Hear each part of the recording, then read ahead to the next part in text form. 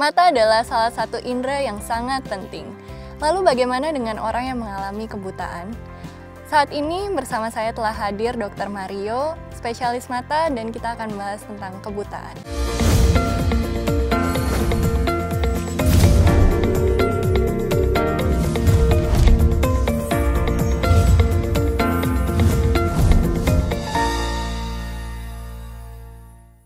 Telah hadir saat ini Dr. Mario Marbungaran Hutapea, spesialis mata. Shalom dok, apa kabar? Shalom. Gimana kabar dok tadi baik, perjalanannya? Ya, puji Tuhan baik, lancar tadi. Oke, nggak macet ya dok ya? Enggak sih. Oke, nah di episode kali ini kita akan berbincang mengenai kebutaan dok. Boleh diceritakan nggak dok, sebenarnya proses manusia melihat itu bagaimana ke pemirsa? Shalom dok. Baik, shalom pada para pemirsa sekalian. Saya Dr. Mario ya, ingin menjelaskan sedikit ya tentang bagaimana sebenarnya manusia itu melihat gitu ya. Jadi sebelumnya kita akan menjelaskan dulu bahwa bola mata itu memiliki bagian-bagiannya ya. Mulai dari paling depan itu yang disebut sebagai selaput bening mata atau kornea. Kemudian di belakangnya ada lensa ya, yang kalau keruh disebut sebagai katarak. Kemudian ada gel yang membentuk bola mata ya, yang disebut sebagai vitreous, dan yang paling belakang itu merupakan saraf mata atau yang disebut sebagai retina. Jadi kalau cahaya yang masuk ke dalam mata kita itu nantinya akan diteruskan ya, kemudian ditangkap oleh sel-sel fotoreseptor yang ada di saraf mata, kemudian diteruskan ke otak sehingga kita bisa melihat benda-benda di sekitar kita. Jadi seperti itu proses bagaimana seorang manusia itu bisa melihat benda-benda di sekitarnya. Seperti itu dok. Kalau gangguan pada mata itu sendiri ada apa aja sih dok? Iya, jadi gangguan pada mata itu banyak ya, mulai dari depan sampai ke bagian belakang bola mata. Namun secara garis besar ya, seperti organ-organ lain juga bisa dibedakan menjadi yang infeksi dan non-infeksi. Yang non-infeksi sendiri bisa disebabkan karena peradangan ya, atau karena alergi, kemudian karena tumor, bisa juga karena penyakit bawaan atau keturunan ya. Ada juga yang karena penyakit-penyakit degeneratif atau karena usia, seperti itu secara garis besarnya Dr. Jaslyn. Dok, kalau misalnya tadi kan penyakitnya tuh ada banyak macam dok, dari infeksi, non-infeksi, dari depan sampai belakang semuanya bisa jadi penyakit. Kalau di Indonesia sendiri paling banyak insidensinya atau angka penyakit matanya itu penyakit apa sih dok? Iya, kalau bisa disebutkan ya bahwa paling banyak itu katarak ya, penyebab kebutaan maupun penyebab gangguan penglihatan di Indonesia sendiri ya.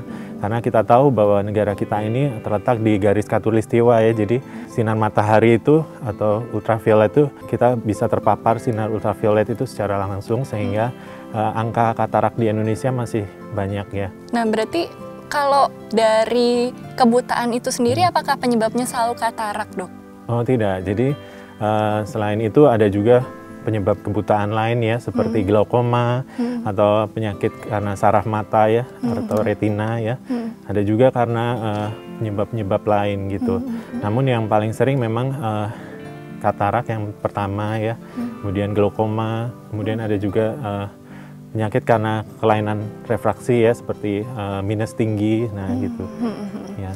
Kalau misalnya itu kan semuanya dari yang berarti dari dewasa gitu ya dok ya, atau dari masa kanak. Ada nggak dok yang dari lahir terus sudah buta, itu gimana? Ya, ada juga penyakit-penyakit mata yang memang dibawa dari lahir ya, seperti saya bilang tadi, penyakit kongenital ya dalam bahasa kedokterannya. Nah itu bisa juga misalnya dia ibunya terkena infeksi ya, baik sitomegalovirus atau rubella atau tokso ya, yang biasa sering menyebabkan infeksi dalam kehamilan. Nah itu bisa juga menyebabkan kebutaan yang bisa dibawa dari lahir. Misalnya bayinya prematur, nah itu bisa juga timbul kelainan di saraf matanya yang disebut sebagai retinopati prematuritas. Nah itu juga bisa menimbulkan kebutaan dari lahir, seperti itu Dr. Jaslyn.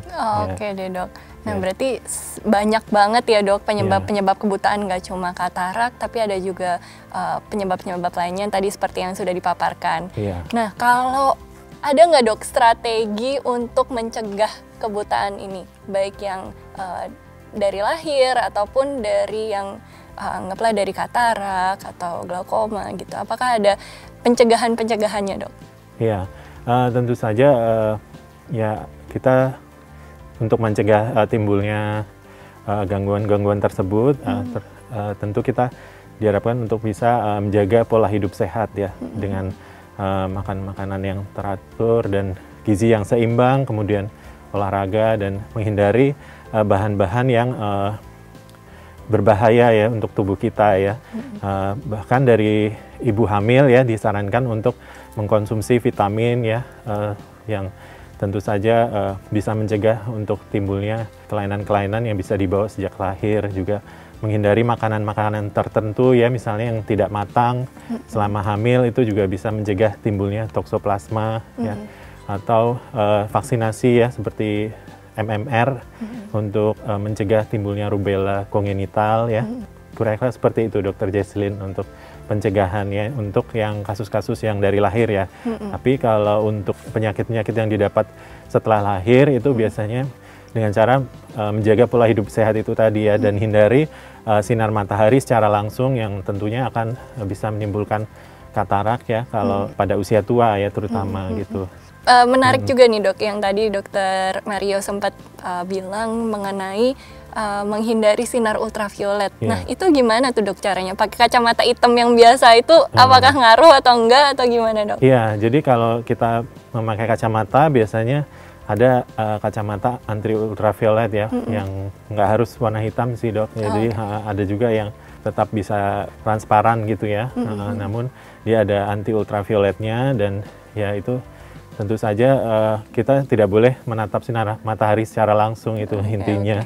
Ya. Ada nggak Dok kacamata yang hitam tapi nggak melindungi dari ultraviolet? Ya ada juga, jadi cuma kacamatanya diwarnai tapi nggak ada anti ultravioletnya, lapisannya gaya-gayaan doang ya Dok ya. Oke, berarti jangan sampai pemirsa tertipu nih ya Dok ya. Wah, jangan-jangan karena kacamatanya hitam jadi melindungi, padahal belum tentu. Malah kacamata yang bening juga bisa melindungi dari sinar ultraviolet ya Dok ya. Betul sekali Dr. Jesslyn. Oke Dok. Terus Dok, kalau misalnya nih Dok, kan tadi udah disinggung sedikit mengenai pencegahannya. Salah satu penyebabnya kan tadi juga miopia tinggi Dok. Kalau miopia tinggi atau miopia itu atau rabun jauh ya Dok ya.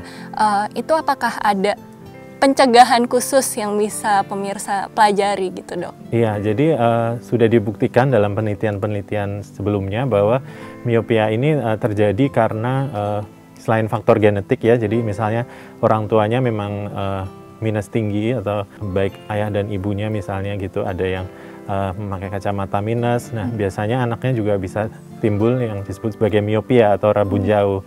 Nah miopia ini bisa semakin tinggi ya minusnya, itu tentu saja setelah dilakukan penelitian ternyata itu penyebab yang terpenting adalah dia selalu beraktivitas melihat dekat yang terus-menerus. Jadi waktu kita melihat dekat itu kita akan berakomodasi. Nah waktu berakomodasi itu bola mata itu bisa bertambah panjang. Nah itu yang menyebabkan bayangan yang jatuh ke dalam saraf mata itu tidak tepat di pusat penglihatan. Jadi dia jatuhnya itu di depan gitu. Jadi itu yang menyebabkan miopia atau rabun jauh.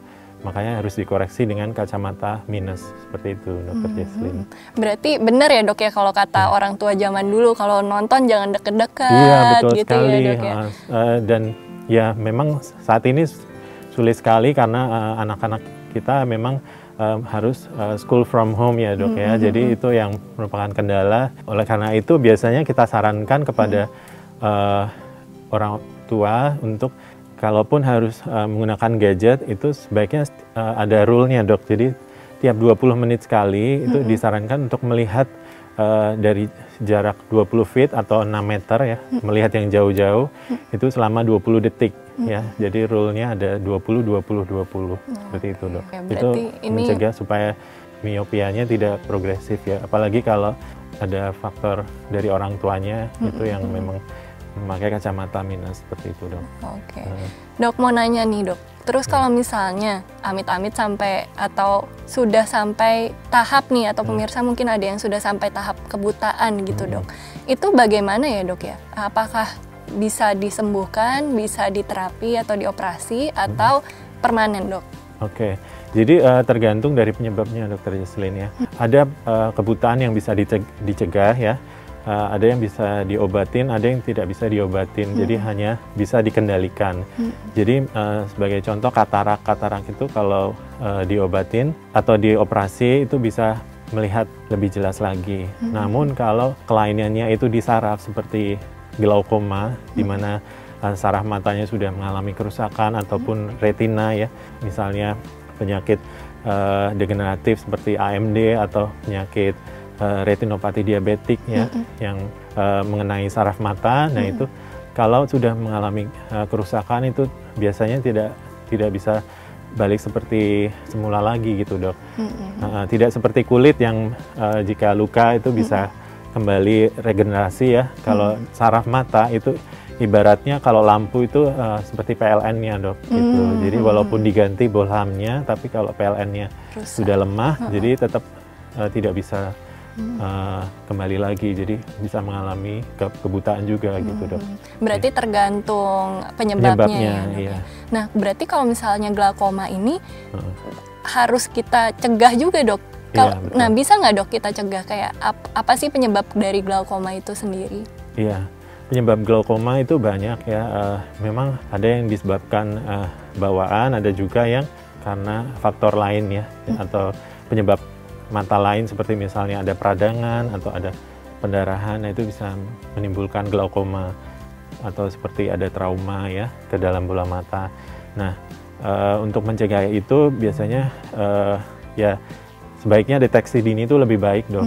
Jadi periksakan ke dokter mata ya, terutama kalau ada di keluarga yang ada riwayat glaukoma, ayah ibunya atau keluarganya. Nah itu sebaiknya diperiksakan untuk mendeteksi lebih dini seperti itu, sehingga kerusakan saraf karena glaukoma ini bisa dicegah lebih lanjut gitu, Dok. Untuk cangkok itu sendiri memang di mata adanya cangkok kornea atau selaput bening mata ya, yang bagian transparan di mata kita ya.